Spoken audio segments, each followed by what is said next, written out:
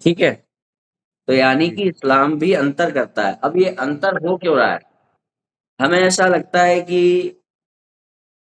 अ, केवल बस बिना कुछ सोचे समझे हमको बता दिया गया कि ये सही है, ये गलत है। नहीं, ऐसा नहीं है। इन सब में एक मूल बात छुपी हुई है।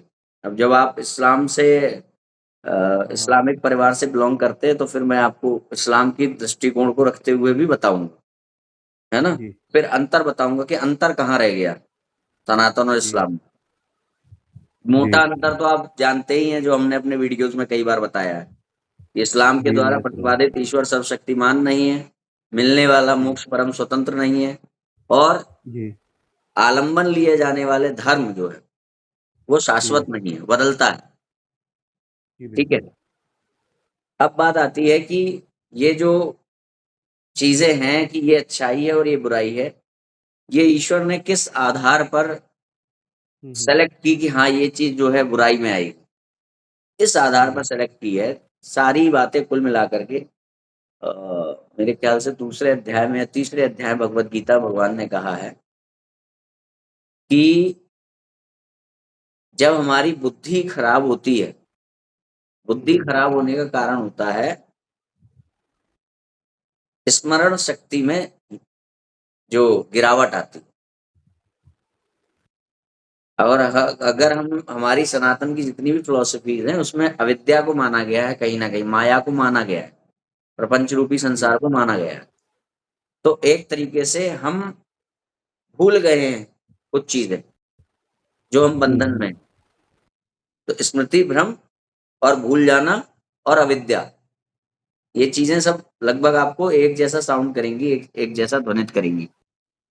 अब जी क्या है कि जितनी भी चीज़ें ऐसी हैं, जिनके कारण हमारे मन में छिपाने का भाव उत्पन्न होता है, जितनी बार हम जीवन में छिपा रहे हैं, जी उतनी बार वो उस पर चोट पहुँच रही है।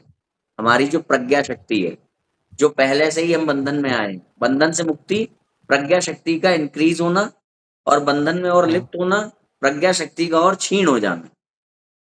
ठीक है? जी तो जितनी बार हम कुछ छुपाते हैं, उतनी बार हमारी वो जो प्रज्ञा शक्ति है, उसको चोट पहुँचती है। तो ये सारी अच्छाई और बुराई है, ये डिपेंड जी कर रही है छिपाने और ना छिपाने पर। जैसे कि अच्छा। हाँ, जैसे कि जब हम टमाटर काटेंगे, तो हमारे मन में ये भाव नहीं आएगा कि हम किसी से छिपाएँ। सही है।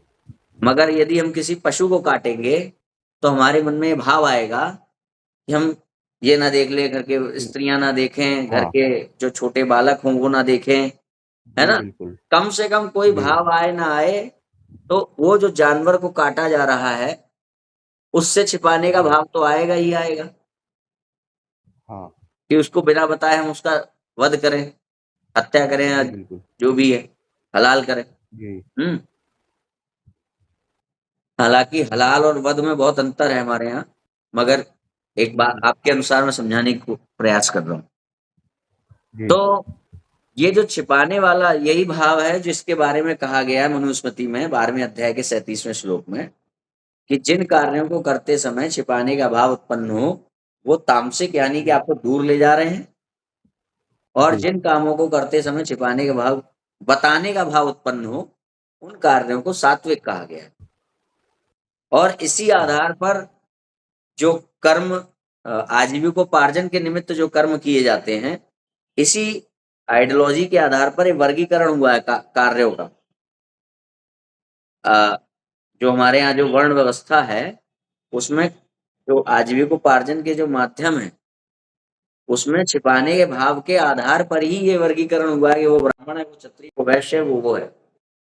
हाँ ब्राह्मण अगर बात करें वैश्य की, तो वैश्य का कार्य क्या है? कि वो 5 आप जैसे आपने बताया कि आपकी भी शॉप है। हुँ? जी जी अभी मैं प्रश्न ले लूँगा, बस इनका होने वाला है समाप्त। जैसे आपने बताया कि आपकी भी किसी चीज़ की शॉप है, जी तो उसमें क्या है कि आप ₹500 की चीज़ लाएँगे, आपको जी सामने वाले को बताना पड़ेगा ये मैं ये 600 की लाया हूँ। जी तो व्यापार करते समय हमें कई बार छिपाना पड़ेगा, अन्यथा हम जी जो हमारा अपेक्षित मार्जिन है वो नहीं ले पाएंगे या फिर हमारा निर्वाह नहीं हो सकेगा। अब जी जो क्षत्रिय है उसका कार्य क्या है? रक्षा करना, युद्ध करना। जी जी तो युद्ध करते समय अपनी रणनीति को छिपाना पड़ेगा। हम कब, कैसे, हाँ कहाँ सामने वाले पर प्रहार करने वाले हैं, हम ये सुनिश्चित करके और उस सामने वाले को बताते हुए नहीं कर सकते। कहीं ना कहीं छिपाने का भाव उत्पन्न होगा। जी मगर ब्राह्मण जी की बात, ब्राह्मण को क्यों कहा गया कि वो सबका नेतृत्व करे? क्योंकि ब्राह्मण जी का जो कार्य है वो है उसके अंदर जो चीजें हैं वो छिपा कर नहीं बल्कि बताकर उसे आजीविकोपार्जन करना है। उसके पास ज्ञान अच्छा है, जो जी उसको बता के करना है। और दूसरी बात, ब्राह्मण कहीं लोभवश या किसी भी कारणवश अपनी ज्ञान को छिपाना ना शुरू कर दे। इसीलिए वेतन भोगी ब्राह्मण को निषेध किया गया, वेतन के लिए मना है। शिक्षा को बेचने के लिए मना है, वेतन लेने के लिए मना है। जी केवल आप दक्षिणा ले सकते हो। दक्षिणा मतलब मांग, दान जी के स्वरूप में जो मिला हुआ होगा उस पर निर्भर करेंगे आप। जिससे कि अगर वेतन लेगा तो क्या होगा? वेतन जब तक सुनिश्चित नहीं हो जाएगा तब तक वो अपना ज्ञान नहीं देगा, जी है ना? जी कीमत जी जब बिल्कुल तक सुनिश्चित नहीं हो जाएगी उसके ज्ञान की तब तक वो ज्ञान नहीं देगा। वो तो कीमत सुनिश्चित हो जाएगी, वो शूद्रवत हो जाएगा या वैश्यवत। अगर बेचेगा तो वैश्य हो गया, हाँ ज्ञान को बेचने वाला। और अगर जी वेतन लेगा तो शूद्रवत हो गया। तो ब्राह्मण के लिए हाँ सबसे जो उच्चतम बात बताई गई है वो है कि आप दान लेके अपनी शिक्षा को दीजिए लोगों को, दान, वो भी उनके अच्छा शिक्षा अनुसार। जो देना चाहे वो हाँ, अब इसमें एक प्रॉब्लम और आएगी। आज के हिसाब से देखें तो ये सारी व्यवस्था पहले ही कर दी गई क्या? एक एक एक समस्या और आ सकती है जी कि अ, जब ब्राह्मण ऐसा कर रहा होगा तो उसकी पत्नी जो है उससे कहेगी भाई मेरा पति ऐसा मुझे नहीं चाहिए जो मांग कर खाता हो। हाँ, हाँ ये व्यवस्था, ये समस्या आएगी ना। तो ब्राह्मण जी के लिए बिल्कुल पहले ही मनुस्मृति में लिख दिया गया कि तुम्हें तुम्हें तुम्हारे लिए सम्मान विष के समान है और अपमान तुम्हारे लिए अमृत के समान है। जिससे कि ब्राह्मण को कभी ये जी हाथ फैलाने में समस्या ना हो। संकोच ना हो हाँ, बिल्कुल मगर ये उन ब्राह्मणों के लिए है जो बिल्कुल अपने ब्राह्मणत्व का पालन भी कर रहे हैं, इसका दुरुपयोग ना करें लोग। मगर हम्म, जो अध्ययन करा भी रहे हैं, जो ज्ञान को बांट भी रहे हैं, उनके लिए है। तो दान जो है, दान के ऊपर निर्भर रहने के लिए ब्राह्मण को कहा गया। तो ये एक मेन जो आधार है अच्छाई और बुराई का, हम्म, कि आपके मन में जितनी बार छिपाने का भाव आएगा उतनी बार आपकी प्रज्ञा शक्ति कम होगी। तो इसी प्रज्ञा शक्ति कम होने के कारण लोगों को अलग अलग काम दिए गए हैं और अलग अलग कार्यों से होते हुए उनका जो है, उनकी सदगति उन्हें प्राप्त होती है। इसमें आप एक चीज और देखिए, जैसे कंपैरेटिवली टू मैन, एक जो हम्म, स्त्री होती है पुरुष की जी कंपैरिजन में, उसके जीवन में भी कई सारी वो लगाई गई हैं कि आप ये नहीं करिए, आप गायत्री का जप नहीं करिए। बंदिश है मगर आप देखिए कि यहाँ पर भी सूक्ष्म कारण वही है। स्त्री के जीवन में पुरुष की हम्म, अपेक्षाकृत छिपाने का भाव ज्यादा होता है। तो प्रज्ञा हाँ शक्ति बार बार हिट होती है वहां। तो जिसके जी जिसके जीवन में सबसे कम छिपाने का भाव है उसको सबसे ज्यादा वैसा कार्य दिया गया। ब्राह्मण के जीवन में सबसे कम छिपाने का कार्य है। अगर वो शास्त्रों के अनुसार ब्राह्मण हो, जीवन हम्म, को जीने का प्रयास कर रहा हो यथासंभव, तो क्या होगा कि उसकी प्रज्ञा शक्ति बहुत हाई हो जाएगी। जैसे संन्यास आश्रम, अच्छा, संन्यास आश्रम में क्या है, जो जी गृहस्थ होता है उसको तब भी कहीं ना कहीं कुछ छुपाना पड़ेगा, भले ही ब्राह्मण हो। गृहस्थ होता है तो उसको छिपाना हाँ पड़ेगा। जी मगर जब संन्यास में पहुंच जाएंगे तो वो जो गृहस्थ वाला छिपाना था वो भी गया। तो वहां प्रज्ञा शक्ति और उसका लेवल इसलिए अंतिम निर्णायक बढ़ गए ब्रह्मचारी, सन्यासी इत्यादि को बताया गया है, क्योंकि प्रज्ञा शक्ति की आवश्यकता है ज्ञान को समझने के लिए और फिर उस ज्ञान को देने के लिए। अब बात आती है ठीक है। कि जो कार्य छिपाने वाले हैं मगर इस प्रपंच रूपी संसार से होकर गुजरते हुए पार पाने के लिए आवश्यक हैं, तो उसमें क्या व्यवस्था की? उसमें भगवान ने विधि विधान को जोड़ दिया। जैसे कि अच्छा। जब कोई व्यक्ति अनाधिकृत रूप से स्त्री संग करता है तो क्या लोगों को बताता है? नहीं बताता।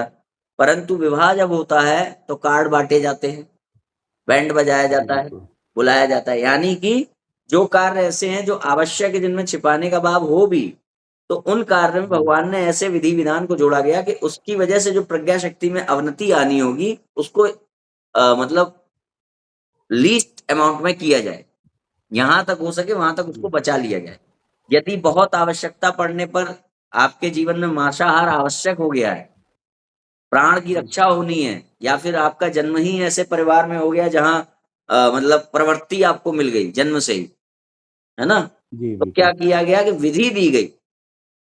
उस विधि से क्या होगा कि आपका वो जो चेतना शक्ति पर प्रहार होना होगा वो कम होगा, पहली बात। दूसरी बात कि जो वो पशु है जो इस कारण से मानव जीवन को बचाने के लिए, मानव जीवन को के सदुपयोग हेतु जिस पशु को लिया जा रहा है, उसके भी कानों में उसके अंतिम क्षणों में क्या जा रहा होगा? विधि युक्त मंत्र, स्वर, ध्वनि इत्यादि, है ना, जिससे कि उसके अगले जन्म की सदगति उसको प्राप्त हो। और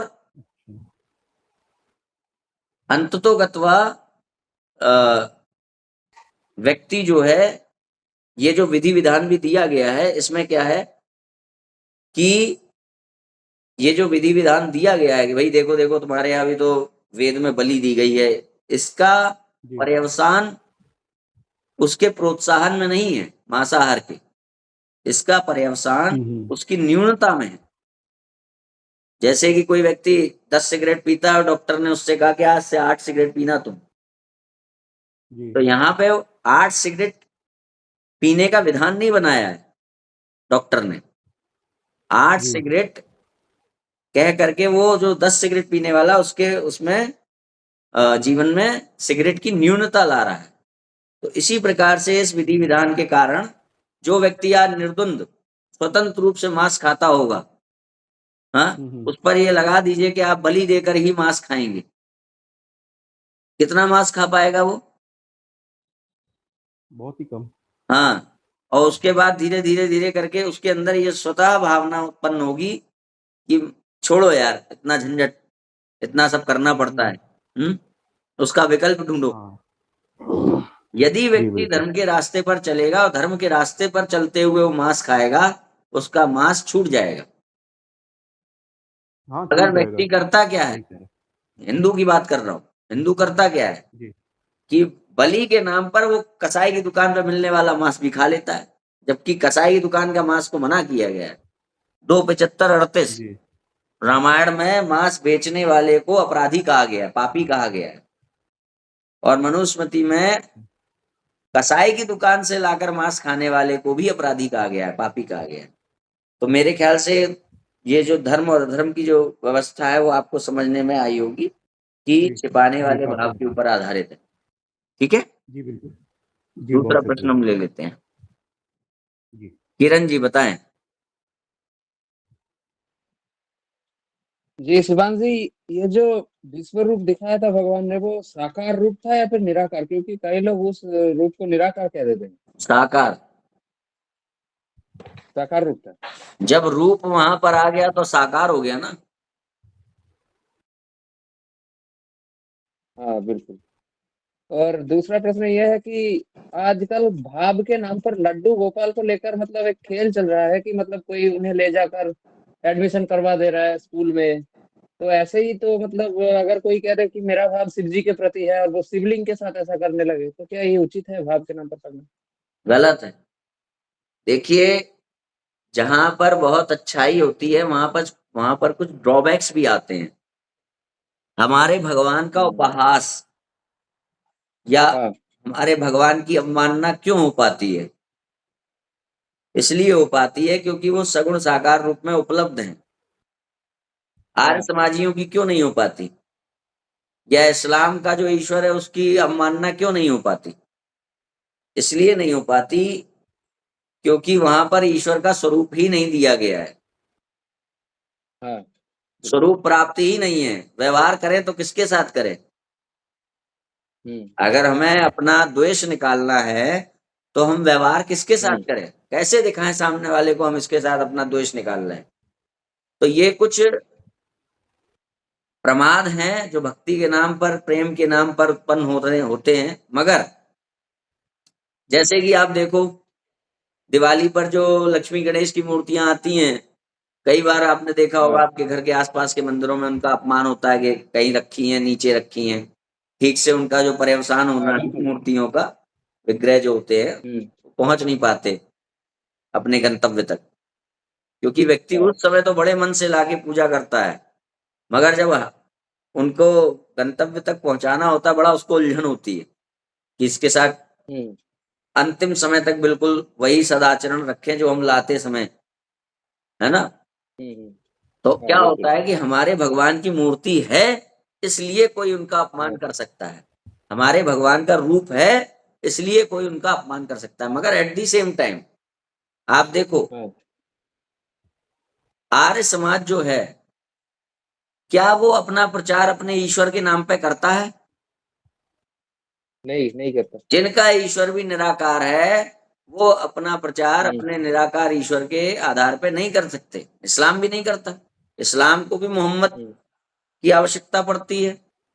आर्य समाज को नहीं, दयानंद इस्लाम की का ईश्वर आवश्यकता तो पड़ती निराकार है। है ही नहीं ना। हैं? नहीं, इस्लाम का जो ईश्वर है वो तो निराकार है ही नहीं ना। नहीं, नहीं, मैं एक बात, जिसका स्वरूप हमें प्राप्त नहीं है, मैं उसकी बात कर रहा हूँ। हम्म तो इस्लाम को अपने प्रचार के लिए किसकी आवश्यकता पड़ती है? प्रचार किस नाम पे होता है? शायद क्या कहते हैं, रसूल कहते हैं। हाँ रसूलुल्लाह। हाँ रसूल। हाँ। तो प्रचार के लिए किसकी आवश्यकता पड़ी? आपको एक सगुण साकार की आवश्यकता ही पड़ी। आप हाँ कब अपने धर्म का, अपनी चीजों का प्रचार कर सकते हो?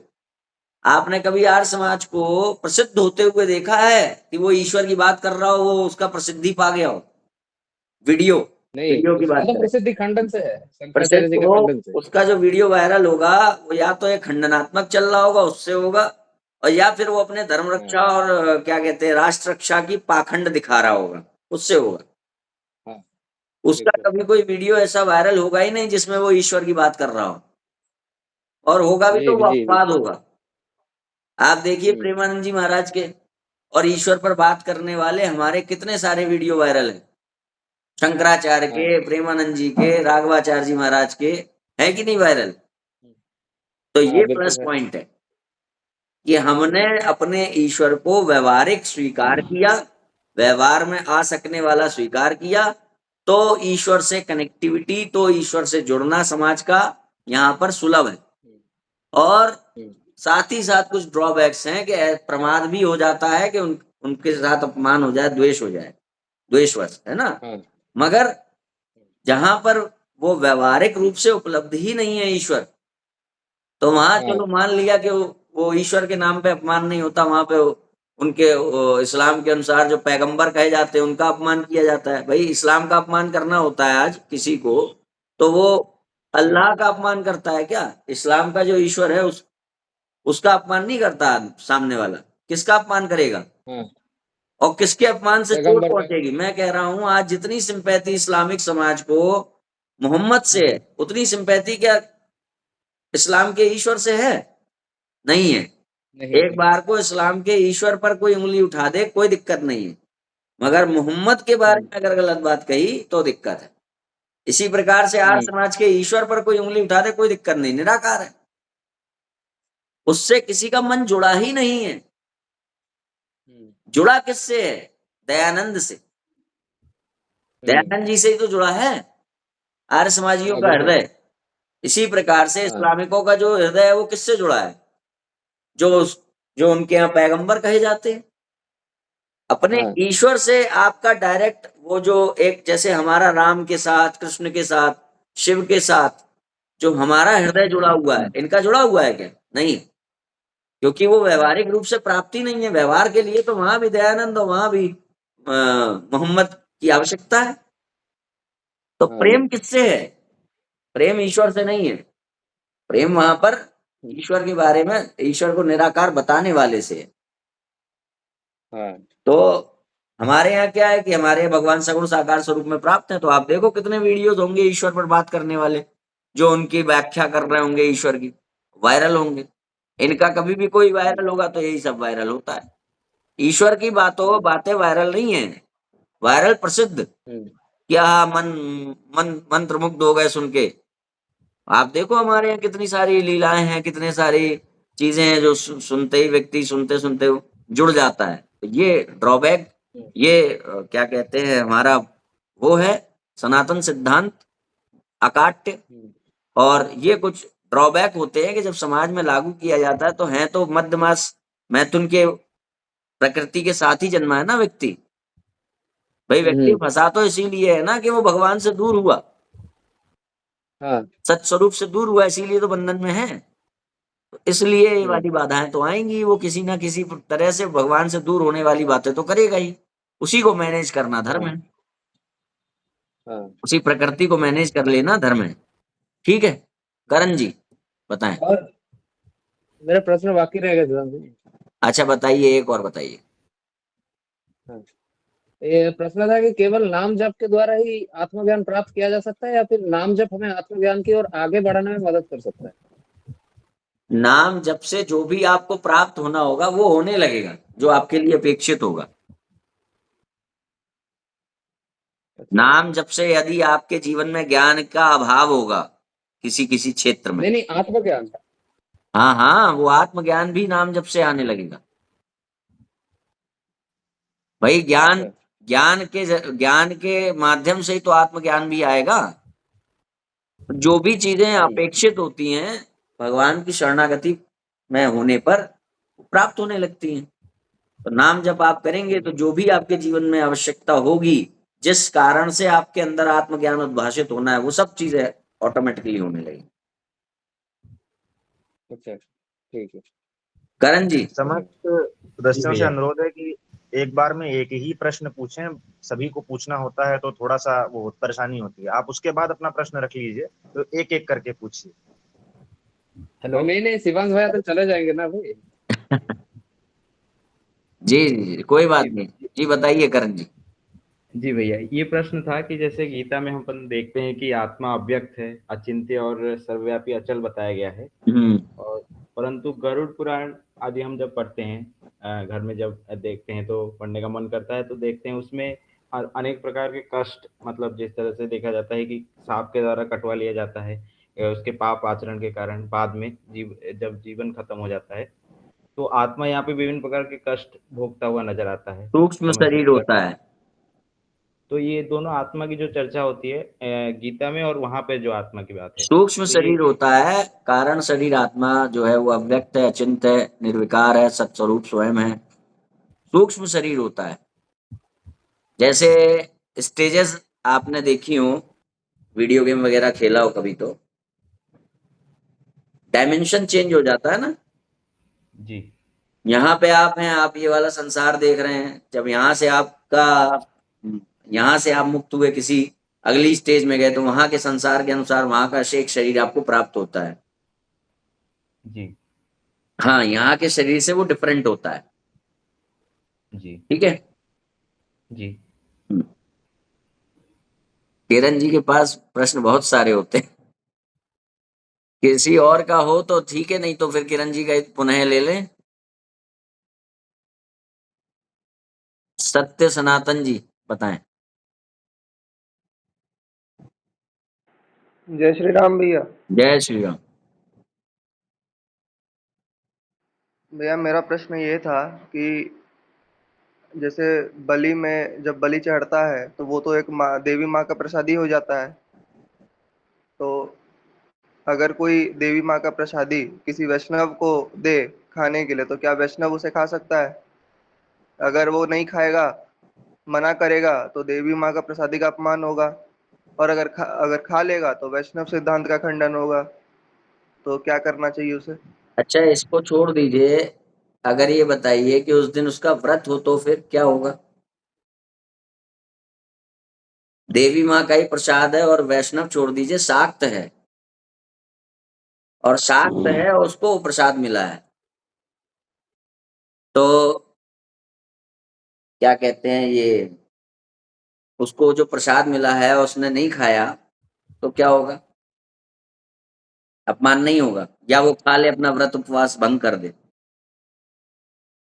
कहने का अर्थ ये है कि अगर हम नहीं उसको केवल सम्मान से हाथ भी जोड़ देंगे, है ना, और उसके प्रति अनास्था नहीं दिखाएंगे तो उसका अपमान नहीं माना जाएगा, और उसको जो क्या कहते हैं, जो उसके लिए जो अनुगम्य हो वो कार्य किया जाए, वो अपेक्षित हो, जो जिसके जो उसको ग्रहण कर सकता हो वो उसको ले ले। तो इसी प्रकार से ऐसा नहीं है, आप उसके प्रति अनास्था ना दिखाइए और प्रणम्य बुद्धि रखते हुए उसको अन्य किसी जो उसके लिए योग्य हो ग्रहण करने के लिए वो ग्रहण करवा दीजिए, उसमें कोई अपमान नहीं है।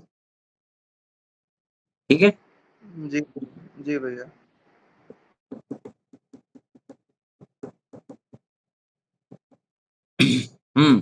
और किसी का है क्या कोई प्रश्न?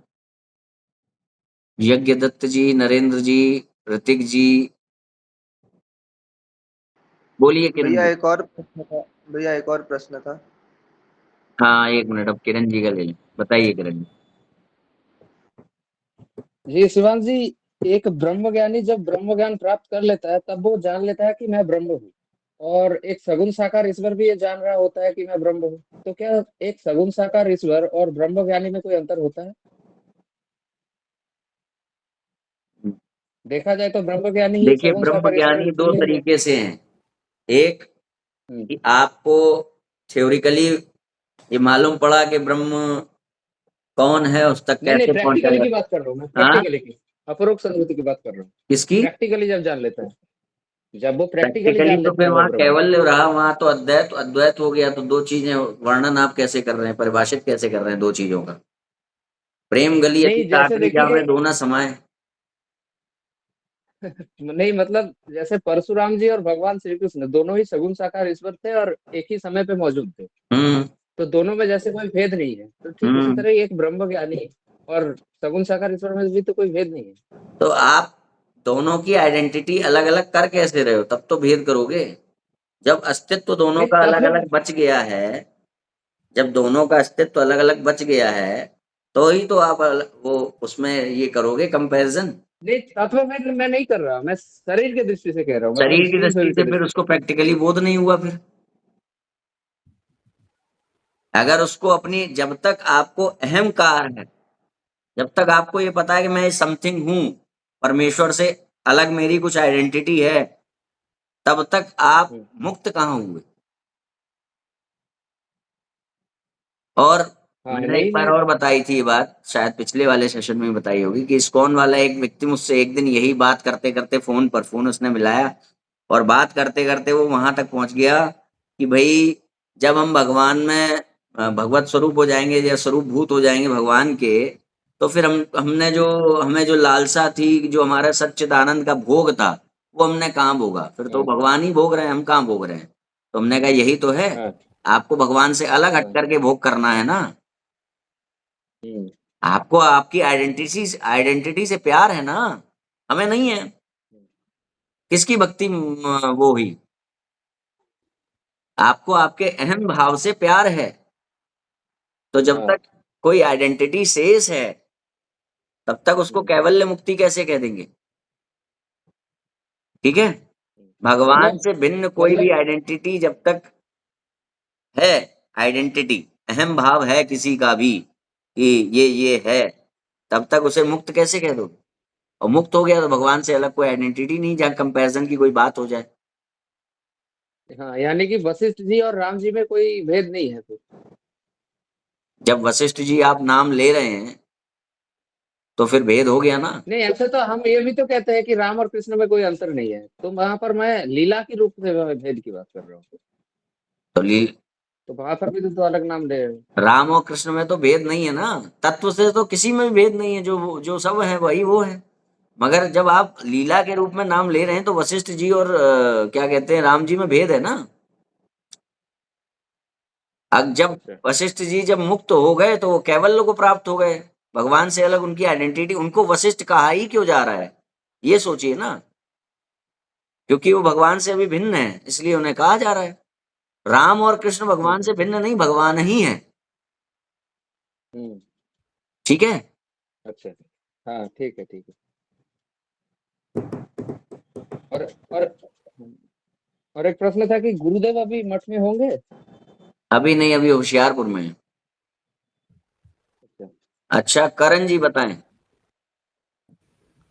जी भैया, ये प्रश्न था जैसे हमारे सनातन सिद्धांत हैं, जैसे कर्मफल सिद्धांत है या फिर वर्ण व्यवस्था का सिद्धांत है, और गोत्र प्रवर्तक हमारे ऋषि हैं, तो वो सिद्धांत वो सभी सिद्ध किए जा सकते हैं और वैज्ञानिक हैं। परंतु एक सिद्धांत जैसे पुनर्जन्म का सिद्धांत है, वो उसको आज के समय में कैसे समझें हम जैसे यूथ, किसको कैसे उसको रिलेट करें?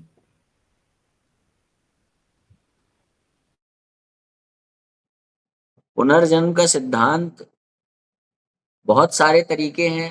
देखिए, सारी बातें हम अपनी केवल एक बात से ही सिद्ध कर सकते हैं, केवल एक बात से। तुम्हारे अंदर सच्चित आनंद हो जाने की चाह क्यों आ रही है, जब साइंस ने अभी तक प्रूफ नहीं किया है कि सच्चिद आनंद हो सकते हो, बस इसी से सब कुछ सिद्ध हो जाएगा। जब भगवान सच्चित आनंद है तो किसी को दुख में क्यों प्रकट कर रहा है? जी। जब वो सब कुछ जानता है तो क्या लकी ड्रॉ निकालता है क्या किसी को जन्म देते समय? मैं लकी ड्रॉ निकाल रहा हूं, तुम ये बन जाओ, ऐसा तो है नहीं। जी। वो जानता है कि उसे किसको क्या बनाना है। जी। हम्म। तो फिर आधार क्या होगा उसका? जब हम सच्चिदानंद के कॉन्सेप्ट को पकड़ लेंगे कि हमारे अंदर चाह है सच्चिदानंद की, तो सिद्ध होगा क्या कि ईश्वर है सच्चिदानंद स्वरूप। जब सच्चिदानंद स्वरूप है तो भविष्य को जानने वाला भी होगा। जी। तो क्या वो बिना यूं ही किसी को भी कुछ भी बना देगा, किसी को भी नहीं। दुख रूपी वो दे देगा? नहीं जी। हम्म। किसी को लेकिन हीन भैया जीवन और जैसे किसी को श्रेष्ठ जीवन दे देगा, तो इसका जी। कारण होगा कुछ ना कुछ ना। तो जी। भगवान के सर्वशक्तिमत्ता को सिद्ध करने के लिए पूरा धर्म सिद्ध हो जाएगा, पूरा सनातन धर्म सिद्ध हो जाएगा भगवान की सर्वशक्तिमत्ता को सिद्ध करने के। और भगवान की सर्वशक्तिमत्ता सिद्ध कहां से होगी? व्यक्ति के अंदर जो सच्चिदानंद की प्राप्ति की चाह है उससे, सिंपल। जी। लेकिन ऐसा प्रश्न था ना कि जैसे हम सनातन कुल में जन्म लिए हिंदू धर्म में, और सवर्ण जाति में या फिर अन्य जाति में भी अगर जन्म लिए होते, तो उसके कारण से चर्चा होने लगी तो हमारा भाव जुड़ता गया। परंतु फिर आगे अपन देखते हैं कि इस तरह के सिद्धांत आते हैं, तो वर्तमान में विज्ञान के परिप्रेक्ष्य में कैसे इसको समझें कि इस तरह से मृत्यु होती है, फिर पुनः दूसरे के शरीर में जाते हैं, तो इस प्रकार कैसे इसको समझें, ऐसा था प्रश्न। इस दृष्टिकोण से अभी तक हमने तो जानकारी की नहीं है। पुनर्जन्म को सिद्ध करने की बात है तो उसको सिद्ध कर लेंगे, मगर अभी ये वाली जानकारी हमने नहीं की है, या संभवतः मैं आपका प्रश्न नहीं समझ पा रहा हूँ, ये भी बात। अब पुनर्जन्म की बात तो यहीं से हो गई कि जो मैटर के लिए कहा जाता है, क्या कहा जाता है बताएगा? जी, कहा जाता है जैसे neither be created nor be destroyed। हाँ, तो जब जो हमारी आत्मा है वो ना मरती, मतलब ना क्रिएट होती है, ना मारी जाती है, ना तुम साइंस से आलम्बन ले ही सकते हैं ना। जी, बिल्कुल इसी प्रकार जैसे नैनम मम्मी माता चिंदन्ति को जोड़ा। शस्त्राणि नैनम दहति पावकः। तो फिर हमें मानना पड़ेगा कि इससे पहले भी हमारी आत्मा थी। इस भाई आज जो इस शरीर में हम व्याप्त है इससे पहले भी थी। जी। तो थी, तो फिर पुनर्जन्म सिद्ध हो गया ना। जी, इस प्रकार से हो हम्म। जाता है। हाँ, मैं आपका संभवतः प्रश्न समझ ना पा रहा हूँ एग्जैक्ट। नहीं, आप समझ रहे हैं, यही था कि इस प्रकार के समझाना हो किसी को तो कैसे समझाएं हाँ, तो धर्म के बारे विज्ञान का ये वाला आप उदाहरण ले सकते हैं कि भाई जो एनर्जी है वो नष्ट नहीं हो रही है ना, मैटर में। जी। रूप बदल रहा है वो। जी। तो यही तो हमारे भगवत गीता में कहा गया ना, 2:15-17 से लेकर के 2:31 तक भगवान ने यही समझाया है जी, कि आत्मा जो है वो न मरती है न जन्मती है, अजन्मी है। वो जी, केवल अपने कपड़े, जिस तरह से पुराने वस्त्र बदलकर नए वस्त्र पहन लेता है कोई, उसी प्रकार से आत्मा जो है नए वस्त्र पहन लेती, नया शरीर धारण कर लेती। तो फिर ये पुनर्जन्म तो सिद्ध हो गया यहाँ से। बाकी जो पुनर्जन्म को हार्डकोर तरीके से सिद्ध करना है, तो सारे सारे समस्याओं की एक दवा, ईश्वर कौन है? सर्वशक्तिमान। इसके पीछे आप पड़ जाओ, सारी चीजें सिद्ध हो जाएंगी। सारे सनातन सिद्धांत जितने भी, जिस पर भी कोई उंगली उठा सकता है, जिस पर भी विवाद कर सकता है, वो सब कुछ सिद्ध हो जाएगा। ईश्वर को सर्वशक्तिमान कहने के पीछे आप पड़ जाइए। जैसे हमारे समाज से ये थोड़ी ना कहेंगे कि आप जो है अपना वो बदल दो सिद्धांत है, वो आप आर्य समाज को बंद करो, नहीं। आर्य समाज चलता रहेगा, आर्य समाज मंदिर चलते रहेंगे। ईश्वर की वो व्याख्या आप समाज को दीजिए जिसमें कि ईश्वर सर्वशक्तिमान हो, जिसके कारण कोई दिव्य दिव्य कीर्ति द्वारा जन्म ना ले, जो कि आपके आर्य समाज से जन्म लेता है नास्तिक। जी। कई ऐसे मित्र भी नज़र आ जाते हैं आर्य समाज या फिर इस्कॉन से जुड़े हुए, तो उनसे भी समय-समय पर इस चर्चा होती है। हाँ, विकास विकास दिव्य कीर्ति जो है नास्तिक है, बताते मैं आर्य समाज फैमिली से आता हूँ। आर्य समाज से तो आना निश्चित है ना ऐसे प्रोडक्ट्स का। जी। अब किरण जी आप हाथ नीचे कर लें, मेरे ख्याल से 1 घंटा हो चुका होगा हम लोगों को। तो हैदर जी आपके कुछ और अन्य प्रश्न हैं, या हमें लगता था बहुत सारे प्रश्न लेके आएंगे आप? बताइए।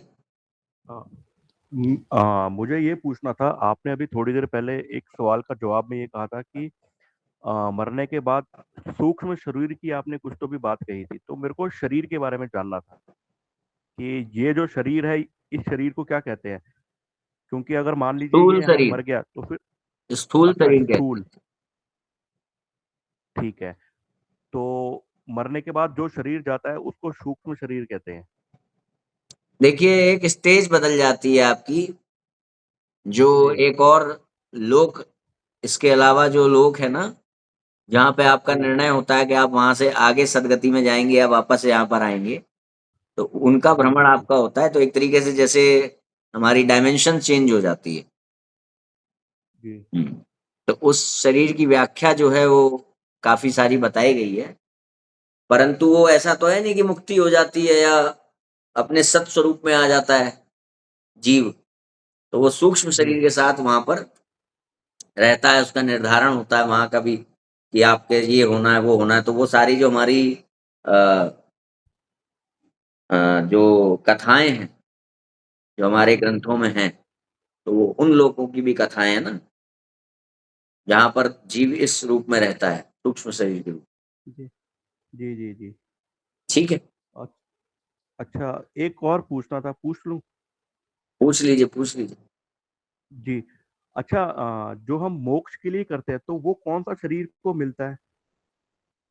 मोक्ष में मिलता है या वो क्या कहते हैं, अब जैसे कि ये शरीर है कारण यहाँ पे कारण शरीर मिलता है उसको, कारण। अच्छा, वो एक और शरीर होता है, मतलब तीन देखिए शरीर मुझसे होते हैं। वस्तुनिष्ठ गलतियां हो सकती हैं, सैद्धांतिक जी, मैं आपको बता दूंगा। वर्बली वो एग्जैक्ट उसका नाम या जो संज्ञाएं जो होती हैं उसमें थोड़ा सा मुझे बिल्कुल वो नहीं रहता है, वर्बली याद नहीं रहता जी, है, मगर जी, जी, सिद्धांत में आपको बता सकता हूँ। कारण शरीर जी, होता है, और कारण शरीर भी वही होता है जो उसका फिर वो नित्य हो गया और सत्स्वरूप, सच्चिदानंद स्वरूप प्राप्त होता है मोक्ष में, है ना। अच्छा। हम्म। तो मतलब उस शरीर को मोक्ष प्राप्त के लिए कि हमें इन दोनों शरीरों की जरूरत पड़ती ही है? नहीं, आप यहाँ डायरेक्ट इतनी भक्ति कर सकते हैं, इतनी भक्ति कर सकते हैं कि यहाँ से सीधे आपको मोक्ष मिल जाए। अच्छा, मतलब भक्ति जो है, मतलब मोक्ष का जो एक वो है रास्ता, वो भक्ति ही है सिर्फ? देखिए जैसे कोई व्यक्ति बॉडी बिल्डिंग करता है जी, ना, जी बॉडी बिल्डिंग करने वाला व्यक्ति से कहे कि भाई तुम एक्सरसाइज करो, अच्छी बॉडी बन जाएगी, सामने जी वाला कहे कि इसका मतलब क्या बॉडी बिल्डिंग ही एक ही रास्ता है? नहीं, आपको किचन में भी याद ध्यान देना पड़ेगा। हाँ जी बिल्कुल आपको आपका जो रात का सोना है, सुबह का उठना है, उस पर भी ध्यान देना पड़ेगा। जी बिल्कुल वो क्या कहते हैं, ईट ईट रेस्ट, वो ट्रेन, ईट, रेस्ट, ट्रेन, ईट, रेस्ट, तीनों पे याद ध्यान देना पड़ेगा ना। इसी जी प्रकार बिल्कुल से भक्ति, कर्म और ज्ञान। तो आप ऐसा अच्छा नहीं मतलब कह हम सकते कर्म कि से भी यही एक रास्ता है। कर बात सकते हैं। यह है कि जब आप भक्ति करते हैं तो आपको कर्म और ज्ञान मिल जाता है, जब आप कर्म करते हैं तो आपको भक्ति ज्ञान मिल जाता है। अच्छा भक्ति से सब कुछ मिल जाना बिल्कुल सुलभ हो जाता है, इतना आप कह सकते हैं। मगर ऐसा, अब जैसे भक्ति ठीक है कर रहा है व्यक्ति, आपको जी अपने व्यक्तिगत अनुभव बताऊं कि जी जब हम दिन भर में कि हमको इतनी जप करना है, इतना वो करना है, जब इसमें हमारा चिंतन मनन चलने लगता है और एक अच्छा सा अमाउंट में हमें टारगेट है कि हमें इतना करके ही सोना है भगवान के नाम का जप, ठीक है, तो जी दिन भर मन में एक सबकॉन्शियसली एक चिंता चलती रहती है, मन में जी चिंतन मनन, वो बिल्कुल पूरा करना है, हाँ वो पूरा करना है, वो पूरा करना है। इसके कारण क्या होता है, प्रपंच रूपी संसार की भौतिक जो चीजें हैं उनके प्रति आसक्ति कम आती है। यहाँ अच्छा पे गीता के दो सिद्धांत, कि एक में भगवान ने कहा कि तू एक क्षण के लिए भी बिना कोई कर्म किए नहीं रह सकता, इसलिए तू लगातार शास्त्र सम्मत कर्म करता रहे, नहीं करेगा खाली होगा तो तुझसे अधर्म होगा। अगर तू शास्त्र जी सम्मत कर्मों में लिप्त नहीं होगा तो तू कर्म क्योंकि होगा ही, तो तू वहां पर क्या होगा, पापी, पाप में लिप्त हो जाएगा, शास्त्र विरुद्ध चीजें पाप हो जाएंगी। तो जी जब व्यक्ति चिंतन मनन नहीं करेगा तो चिंतन मनन तो करेगा, बिल्कुल भगवान का चिंतन मनन नहीं करेगा तो किसी ना किसी की चीज का तो करेगा, तो करेगा तो फिर वहां पर क्या होगा, फिर वहां दूसरी चीज भगवत गीता में कहा गया कि जब हम विषयों का चिंतन करते हैं तो उस चिंतन के कारण उसके प्रति आसक्ति आती है, जी और आसक्ति की पूर्ति ना होने पर क्रोध आता है, क्रोध आने अच्छा पर व्यक्ति के अंदर मूर्खता आती है, मूर्खता आने पर व्यक्ति के अंदर जो उसकी स्मरण शक्ति होती है, स्मृति भ्रम, वो आता है, जो अभी अच्छा हमने समझ शुरू में गया बात की है ना। जी बिल्कुल तो इन दोनों चीजों को आप देखिए कि जब मेरे को ये मालूम है कि मुझे इतनी बार भगवान के नाम का जप करना है, टारगेटेड मैं लेके चल रहा हूं, तो मेरे जी अंदर पूरे दिन एक सारे विधि विधान जो ऐसे कर्म हैं जो सुनिश्चित हैं जिनका करना, उनसे इतर मेरे मन में एक भाव सदैव चलता रहेगा जब तक वो पूरा नहीं हो जाएगा। और अगर पूरा हो जी भी गया तो वो इतना अमाउंट है कि उसकी गूंज रहेगी मन में, राम राम राम जी राम राम, हर बात में राम आ जाएंगे, किसी से भी बात कर रहे होगे तो राम आ जाएंगे, क्यों? क्योंकि राम का चिंतन चल रहा है। बिल्कुल तो इस हाँ कारण बिल्कुल से सही कहा आप बचोगे। सड़क पर चलते टाइम समोसे बन रहे हैं या केएफसी का वो है, तो ये आप इनके चिंतन से आप बचोगे। क्यों बचे? क्योंकि आपने राम का चिंतन किया, राम जी की भक्ति की। तो आप सड़क में चलते समय वो उधर से कन्या जा रही है, कोई स्त्री जा जी रही है, तो क्या हुआ, भक्ति के कारण आपके कर्म सुधरे कि नहीं सुधरे? बिल्कुल भक्ति करने से आपका चिंतन सही जगह पे हुआ, तो आपने इन चीजों का चिंतन जो आपको गलत रास्तों पर ले जा सकता है। लोग कहते हैं, कम्युनिस्ट विचार वाले कहते हैं कि मैं 1 घंटे जी भक्ति करने से बेहतर समझता हूँ कि मैं जाकर के वो करूं, गरीबों को खाना खिलाऊं। हो सकता है कि तुम एक दिन खिला भी दो, मगर उसमें तुम्हारी सस्टेनेबिलिटी नहीं आएगी, सस्टेन्ड चीज नहीं होगी वो, क्योंकि तुम्हारे अंदर चिंतन चलेगा, भौतिकवादिता का चिंतन तुम्हारे अंदर सदैव चलता रहेगा। जब तक उस चिंतन को तुम फिक्स नहीं करोगे कि मेरे अंदर चिंतन किस चीज का चलना चाहिए, तब तक तुम्हारे अंदर आसक्ति किसी ना किसी रूप से आएगी और वो तुम्हें प्रभावित करेगी, वो तुम्हारे कर्म बिगाड़ेगी। चिंतन किसका चले? जिसका हम नाम खूब चिल्ला रहे हैं उसी का चिंतन चलने लगेगा, उसी की लीलाएं हम पढ़ने लगेंगे, उसी की बातें हम करने लगेंगे। इसीलिए हमारे यहाँ कहा गया रामचरितमानस पढ़ो। क्यों पढ़ने को क्यों कहा जाता है? जब भगवान के बारे में पढ़ोगे तो आपके अंदर क्या आएगा, उस उन्हीं का चिंतन मनन चलता रहेगा। जी क्या राम, अच्छा आप देखो, आपने कोई उदाहरण के लिए देख लो कि आपने कोई कभी कोई फिल्म देखी हो, तो आप बाहर निकलते हैं तो काफी देर तक वो मूवी जो है आपके मस्तिष्क में चलते रहते हैं उसके सीन। तो भगवान का जब चरित्र में पढ़ते हैं तो कहाँ तो वो तुच्छ सा चलचित्र, भगवान का महान चरित्र। तो जब हम रामचरित पढ़ते हैं, भगवान कृष्ण का लीलाएं पढ़ते हैं, तो फिर वहां उसका चिंतन चलता है। जो सत वो है सच्चिदानंद स्वरूप परमेश्वर, उसका चिंतन चलता है, और उसके चिंतन के कारण ये जो माया रूपी संसार का चिंतन है वो बंद हो जाता है, हम वही चिंतन करते रहते हैं। तो भक्ति से हमारे कर्म भी सुधरते हैं, और जब हमारे कर्म सुधरते हैं तो देखिए ज्ञान कैसे आता है। भक्ति की तो हमारे कर्म सुधरे तो हमारे जीवन में छिपाने वाले काम कम होते गए। ठीक है, जैसे एक आपको एग्जांपल में बताऊं, कई बार एक सर्किल होता है चौराहे पर, तो हम लोग क्या करते हैं, जल्दी के कारण इधर से ही मतलब उससे घूम के जाना होता है, तो हम उधर से घूम के ना जा करके, अगर देख रहे हैं कि पुलिस वुलिस वाले नहीं है, तो हम इधर से ही चले जाते हैं, राइट साइड से रॉन्ग तरीके से चले जाते हैं ना। तो अब यहाँ पे क्या हुआ, पहली बात तो वो जो सिद्धांत था छिपाना और ना छिपाना, आपने जब चौराहे के उस तरफ से नहीं गए और इधर से चले गए तो आपके उसको प्रज्ञा शक्ति को एक छोटी सी चोट पहुंची, आपने छिपाया ना। दूसरी बात क्या है कि जब आप भगवान के नाम का जप कर रहे होते हैं, उनका चिंतन कर रहे होते हैं, तो आपकी आसक्ति नहीं होती कि मैं जो है भौतिकवादिता किसी चीज को जल्दी प्राप्त करने के लिए इधर से ही चला जाऊं। आप बड़े आराम से उधर से जाते हो, आपके अंदर सहनशीलता होती है, आपके अंदर त्याग आ जाता है। ये हम लोग जो जितना भी त्याग देख रहे हैं महापुरुषों के द्वारा, ये ऐसे ही नहीं आया है, क्योंकि वो चिंतन कर रहे हैं भगवान का, इसलिए वो त्याग उनके अंदर आया है ना।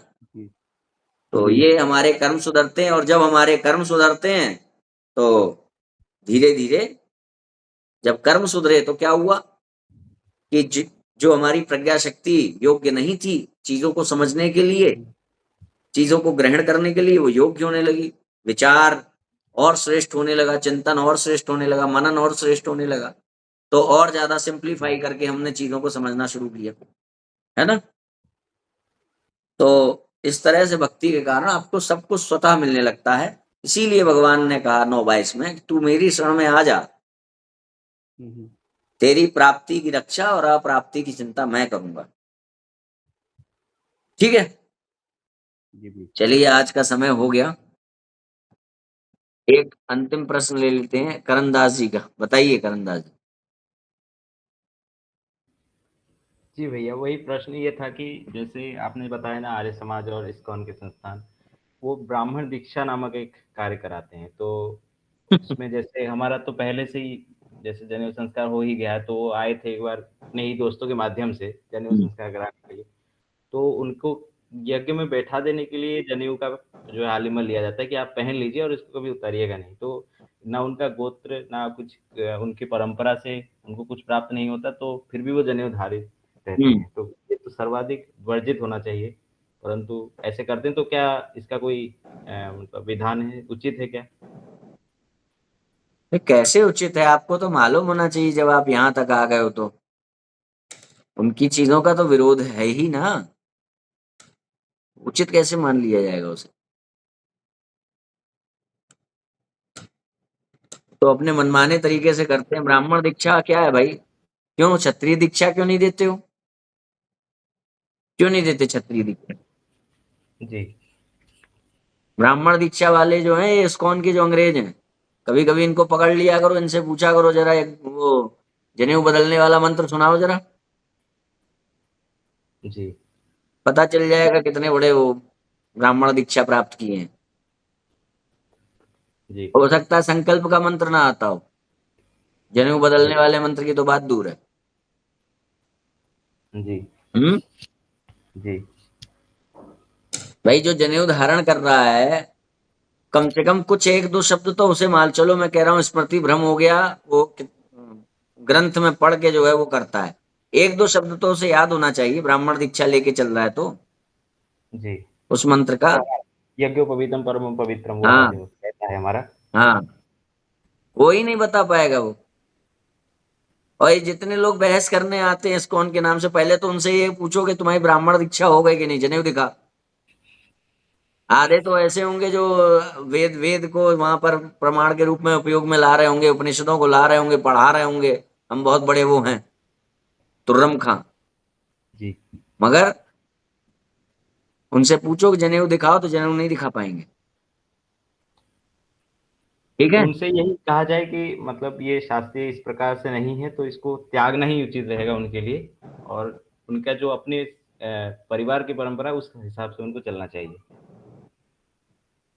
अरे बहुत कुछ कह सकते हैं, वो तो फिर बहुत सारी बातें हैं कहने को, तो जो आपको उचित लगे, जो सबसे सरल और साधारण तरीके से समझ में आ जाने वाली बात है वो ये है कि भाई, जिन सिद्धांतों के द्वारा तुम सोच रहे हो कि तुम धर्म का पालन कर रहे हो, वह सिद्धांत जीव की चाह का जो मुख्य विषय है, मूल विषय, सच्चिदानंद स्वरूप परमेश्वर और परम स्वतंत्र मोक्ष, वो नहीं देता। देख लो, बाधित ईश्वर है, बाधित मोक्ष है, और जी। परिवर्तनशील धर्म है, शाश्वत धर्म जी। नहीं है। तो, जी। तो जो भी अपने आप को दुनिया में तीन चीजें देने वाला कहने लगे, सिर्फ कहे नहीं, जो जिनकी व्याख्या भी उनके कथनी के अनुसार हो, वो सनातनी हो गया। वो चाहे भले ही अपने आप को सनातन का कोई अमुक अंग कहे, आर्य समाजी ही कहते रहो अपने आप, ईश्वर को सर्वशक्तिमान कहो, मोक्ष परम स्वतंत्र दो, और धर्म शाश्वत दो, बस जी, बिल्कुल। सब कुछ सही हो जाएगा। ठीक है, चलिए फिर, चलिए ठीक है। ठीक है फिर सभी भैया लोग। आप जी भैया आप क्लास कब से लेंगे भैया? हाँ, पहले क्लास। बस एक दो हफ्ते बाद से हम लोग लेने लगे। तो ये क्या अच्छा कहते अच्छा। हैं, अगली बार हम लोग जो है पाठ्यक्रम अगली बार हम टीम बनाएंगे अगले हफ्ते, और साकार और निराकार वाले पे डिबेट होगी। ठीक है, तो अभी ऑप्शन दे दिए जाएंगे उसमें मतलब ग्रुप में। डिबेट मतलब कैसा? हाँ, डिबेट मतलब कैसा, साकार निराकार पे? एक पक्ष निराकार की ओर से होगा और एक पक्ष साकार की ओर से होगा। और ठीक है, मैं भी रहूंगा। हैं? हाँ, मैं भी रहूंगा उसमें। हाँ हाँ, एक पक्ष में आप भी रहेंगे, आपको निराकार की तरफ डाल देंगे। ठीक है, नहीं मतलब ईश्वर का प्राप्तव्य वाला स्वरूप तो निराकार ही है। हाँ ठीक है, ठीक है। आप उसके लिए करिएगा, हाँ हाँ। आप निराकार की ओर से वो करिएगा, साकार और ठीक है। निराकार पर डिबेट करेंगे। तो आप जो है इसमें ऑप्शन डाल दीजिएगा प्रथम जी ग्रुप में, कि साकार की टीम में कौन कौन होना चाहता है, निराकार की टीम की ओर से कौन रखना चाहता है मेरा अपना पक्ष। ठीक है, जी भैया बिल्कुल ठीक है। हाँ। वैसे और सब लोग पाठ्यक्रम मुझे तो लगता है भैया भैया लेकिन साकार की दो ओर लोग से ही सीख करना रहे हैं। चाहेंगे, मगर रुझान देखने के अनुसार आप टीम बांट दीजिएगा, या फिर अपने हिसाब से टीम बांट देंगे हम लोग। ठीक है, जी जी जी। भैया लेकिन साकार और निराकार ईश्वर ये दोनों तो एक ही मतलब एक ही ब्रह्म के जो दो रूप हैं, तो फिर इसमें डिबेट मतलब कैसा, मतलब इसका डिबेट ये परिणाम है क्या? कि एक मतलब पक्ष होगा जो प्राप्तव्य ये वाला कहेगा, स्वरूप भगवान का क्या है, उस पर होगा। डिबेट ये है, एक पक्ष होगा जो ये कहेगा कि ईश्वर साकार नहीं है, ना ही हो सकता है, या फिर साकार ईश्वर की कोई उपयोगिता नहीं है। और एक पक्ष होगा जो साकार ईश्वर उपयोगी है, ईश्वर साकार भी है, और क्या कहते हैं, ईश्वर साकार सगुण साकार स्वरूप लेता है, ले सकता है। तो ये सब, एक पक्ष होगा जो ये कहेगा कि वो नहीं हो सकता साकार, और एक पक्ष होगा जो ये कहेगा वो साकार हो सकता है। एक पक्ष होगा जो कहेगा सगुण साकार की कोई आवश्यकता नहीं है, एक पक्ष होगा जो कहेगा आवश्यकता है। ये तो भैया पूरा आर्य समाज वाला जैसा होता है ना। हाँ हाँ, तो वही डिबेट समझ वही। लीजिए, वही समझ लीजिए। पूरे आर्य समाजी बन जाइए, इस्लामिक बन जाइए, खंडन करिए ईश्वर के अवतार का, ये बात है, ठीक है। और जो पक्ष हार रहा होगा उसकी तरफ से तर्क मैं करूंगा, क्वेश्चन मैं करूंगा उसकी तरफ से, ठीक है। कोई दिक्कत ठीक है भैया। नहीं भैया, ये तो बहुत बढ़िया है। नहीं शिवांश जी, मेरे को मतलब मैं अपना पक्ष थोड़ा सा रख सकता हूँ अभी। बताइए। आप कह दीजिएगा कि मैं साकार से मतलब साकार वाला हो या फिर निराकार वाला। देखिए, मैं साकार ईश्वर का खंडन नहीं करता, ना ही अवतार का खंडन करता। अरे भाई नहीं नहीं नहीं लेकिन जो नहीं, आपने गलत समझ लिया किरण जी। मैंने आपको हाँ, निराकार की ओर इसलिए रखा क्योंकि निराकार का पक्ष हाँ, कमजोर है, जग जाहिर बात है। हाँ, तो मैंने कहा कि उस ओर एक एक जो है वैसा व्यक्ति होना चाहिए, सॉलिड, हाँ, इसलिए मैंने आपको हाँ, वो दिया भाई जो नहीं, पक्ष। मैं बस ये कहता हूँ कि साकार मैं ईश्वर व्यवहार में है, लेकिन सुनिए तो वास्तव में निराकार है। किरण जी सुनिए, मैं आपको निराकार का पक्षकार नहीं कह रहा हूँ। हाँ, मैंने आपको, क्योंकि आप एक सशक्त व्यक्ति हैं, इसलिए आपको कमजोर टीम में डाला कि उसको थोड़ा वो रहे, बल रहे आपके कारण, हाँ, नहीं नहीं, आपकी कृपा है, ठीक है ना। मैं तो सख्त नहीं हूँ। हाँ, चलिए, ठीक है। श्री राम जय राम। श्री राम जय जय राम राम जय जय राम जय जय राम। जय राम। श्री राम जय राम। श्री राम श्री जय राम राम जय जय राम राम जय जय जय जय राम। श्री राम। राम जय राम। श्री श्री राम राम जय जय राम राम जय जय जय राम। जय राम। श्री राम जय राम। श्री श्री राम राम जय जय राम जय राम जय जय राम। जय राम। श्री राम जय राम। श्री राम श्री जय राम राम जय जय राम राम जय जय जय जय राम। राम। नारायण समारंभाम नारायण समारंभम नारायणं शंकराचार्य समारम्भाम् मध्यमाम शंकराचार्य मध्यमा शङ्कराचार्य शंकराचार्य मध्यमाम् अस्मदाचार्य पर्यंताम मदाचार्य पर्यंत मदाचार्य अस्मदाचार्य पर्यंतम परम्पराम् वंदे गुरु परंपराम। वंदे गुरु वंदे गुरु वन्दे परंपरा। गुरु परम्पराम्। सभी को जय श्री राम। जय श्री राम। जय श्री जय राम। श्री हर हर राम। महादेव। हर हर महादेव।